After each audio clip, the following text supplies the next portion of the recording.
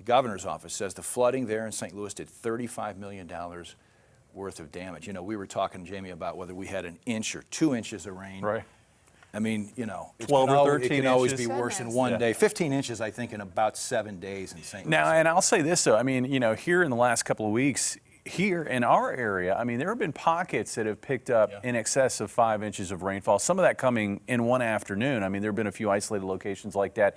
Last night, up in the Dunnigan area northwest of here, areas around there picked up between 4 and 5 inches of rainfall here over the last 24 hours. Certainly a lot quieter this afternoon as we head into this evening. On radar right now, we find that most areas are dry. We do find some shower activity off to the south across north central Arkansas, though, and it looks like this is going to be the more favored area for any shower activity going forward overnight tonight and into Wednesday. These scattered showers, not as intense as yesterday's round, but still dropping rain and also producing lightning and probably producing some gusty winds as well. Now, here's the last 18 hours.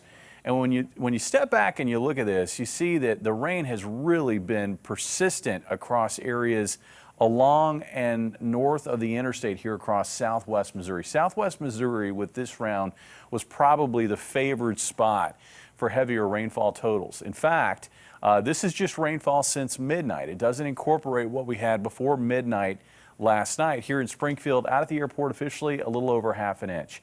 But you can see this bullseye, and this is up near the Dunnigan area where we had our heaviest totals. So here in Springfield since yesterday, officially, out of the airport, 3/4 of an inch. Now I say officially because if you look at what happened across town, east of the airport and southeast of the airport, most locations saw between 1 and 2 inches, and there were some places that saw over 2 inches. Republic had 2.5 inches of rainfall. Over toward Highland Springs, about 2.5 inches of rainfall. Up in Stockton last night, about 2.5 inches.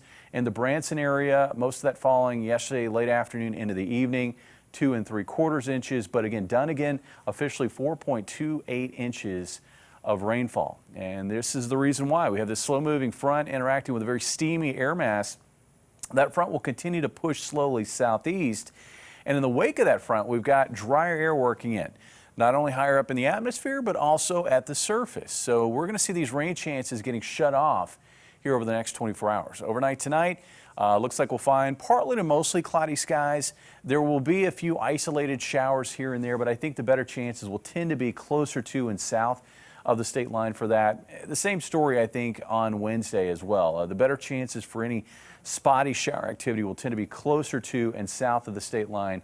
In Springfield, I expect our day to start off maybe with quite a bit of cloud cover, some patchy fog, and then that will give way to mostly sunny skies as we work through the late morning and afternoon hours. And then looking ahead to Wednesday night and Thursday, really looks like a nice pattern across the area. We are going to find a much sunnier regime across the region, and looks like we're also going to be knocking out that humidity. Temperatures tonight, they're going to fall off to about 69 in Springfield.